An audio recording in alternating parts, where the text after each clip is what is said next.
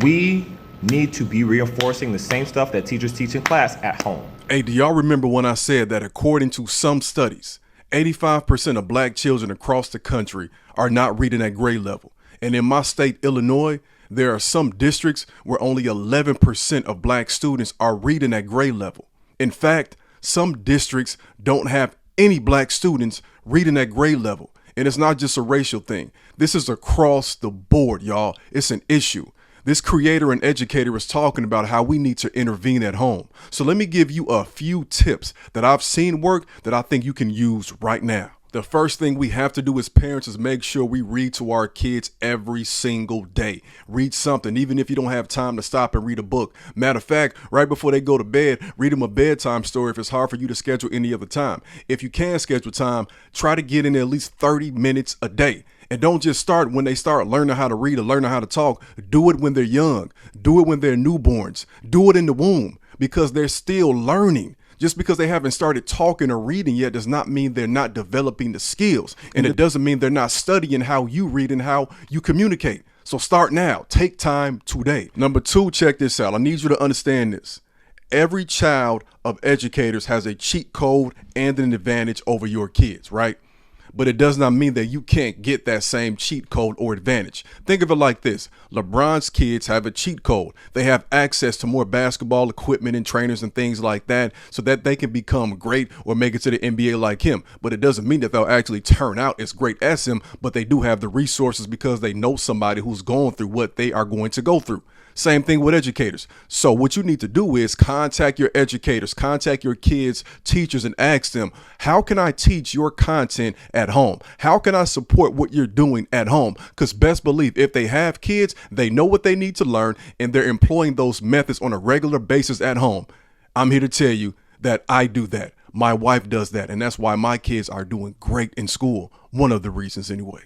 Additionally, what this will do is it'll let your kid understand and realize that education does not just take place in a building while you're sitting down and listening to somebody lecture. Kids think school is boring once they get to a certain grade, and it's understandable because we haven't shown them that they could be learning math, history, and English and science just going throughout their daily life and while at home. All right, my last point might be controversial, but I gotta say it.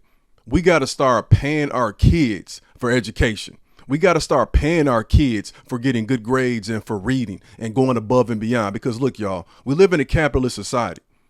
Our kids are seeing people all around them make money all the time at various points in their life. But we're telling our kids that they need to wait not just 12 years, maybe 16 when they go to college, maybe 20 years if they go to grad school until they start making real money and then they paying back them loans too.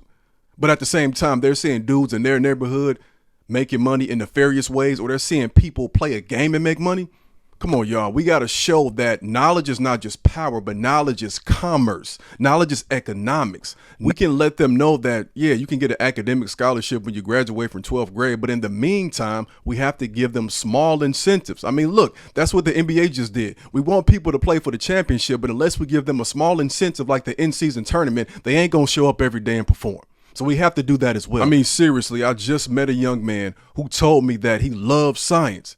And then when I asked him what he wanted to do for a career, he said the NFL.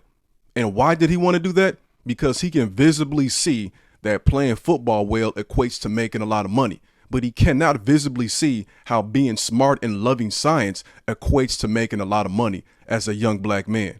We got to change that. There are some studies that even say that it might be more advantageous to incentivize the process because our students cannot definitely determine the outcome of their grades, right?